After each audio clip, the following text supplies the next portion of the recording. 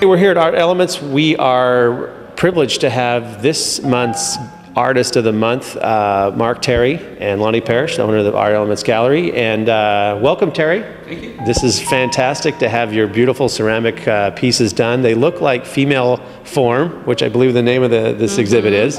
We're celebrating. We're celebrating it, yes, absolutely. So quickly, Lonnie, what does it mean to you to have Mark here, and what do you think of his pieces? I think it is a real honor to have Mark Terry here, and I have been looking forward to this exhibit for as long as we've been open, actually. And you know, I tell people about Mark, and I really believe this, that the world's a better place because of this man. Not only does he create incredibly beautiful art that's filled with passion, being a professor and the head of the art department at George Fox University. You know, I met his students, and they come in and they talk about him, and you know, my college experience didn't have that, and I tell those kids how lucky they are. That, I mean, this man truly is passionate about his students, about people, about humanity and art, and it's an honor. It's fantastic. So let's get our audiences connected. That there's going to be the gallery opens on I believe yes, April 3rd. we have our first Friday event that I talked about, and that's the opening of the show. Everyone is, you know, come down and see all of Newburgh open with art. And then what we do at the gallery is we have a more private, but everyone's invited, reception where the artist actually will give a talk. We have art talks. Wow. Well, Lonnie, thank you for being a host of this event. And we're going to talk to the artist now, yes, and get his story behind each of these pieces. And again, but we as a community want to thank you for hosting. So this is Dave Daly with DowntownNewburgh.com. We're here today at Art Elements Gallery, and I have with us here Mark Terry. Hi. He is the artist who handcrafted these pieces that I'm standing next to. To kind of describe for you, our audiences, I'm in the middle of about 9 or 12 the female form is the name of this exhibit. So there's not only pieces here in the center, but the entire walls are lined. There's scalable pieces. Some are a foot high. Some are, like you see here, a good 3-4 feet. So Mark, what an amazing tribute to women. Thank you. Thank you. And tell us your vision for this exhibit. Well, basically the title speaks the language. It's celebrating the feminine form. I live in a house full of women, and I teach at the university where probably 3/4 of my students are women. And one of the things that has inspired me to do this body of work is how self-conscious our culture is about their form. And instead of being so worried about that, I wanted this to be about celebrating it and to recognize that beauty is everywhere. It's in us, and it exudes out of us, and to try and capture even some small bit of that and make it permanent in a sculpture or in a statue. That for me, that's just, it doesn't get any better than that. Wow. So that's really at the core of it. Is what can I do to capture beauty? And well, you're looking around. Well, it's fantastic. And it's kind of thing. It's neat that you're going to be able to talk to people about this art, about how it came together.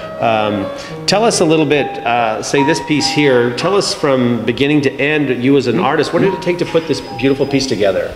Okay, well, it began with, I employed a model, and our model basically got the equivalent of a spa treatment. I surrounded her with what in the art world we'd call an atelier, a French word for a team of worker bees who are my casters.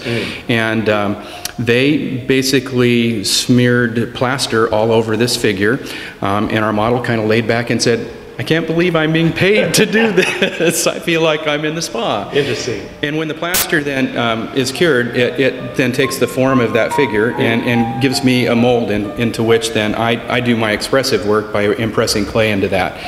The clay, after it's dried, gets fired in what's called an onigama kiln. And my onigama kiln is about 20 feet deep, dug into the side of a 4th generation family farm hill outside of Forest Grove, in the middle of a Christmas tree farm.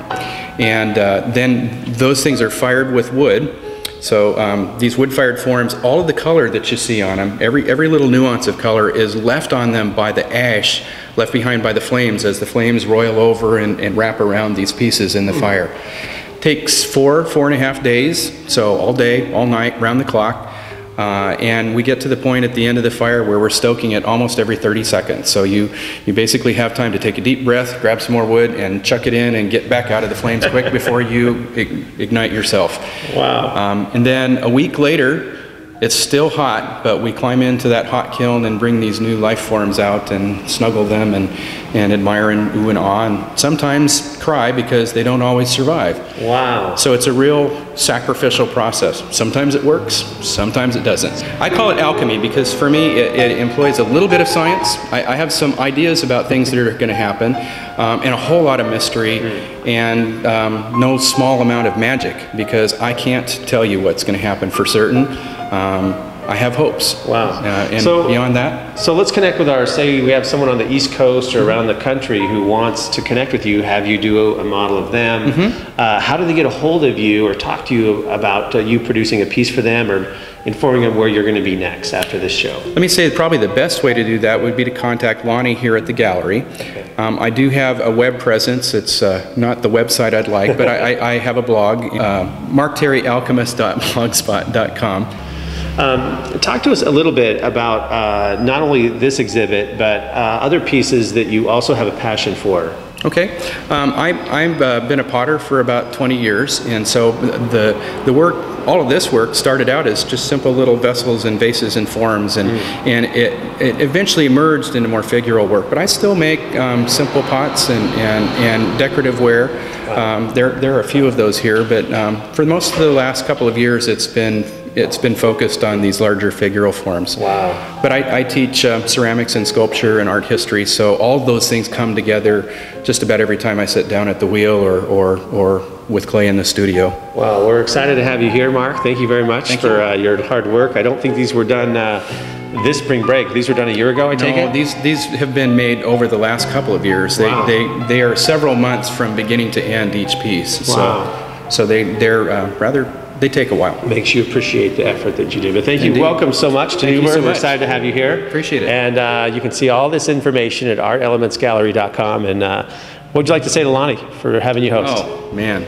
Lonnie, thank you so much for being who you are and who you are to Newburgh and everything you've brought here. Lonnie's passion and vision for this community is, well, it's unsurpassed.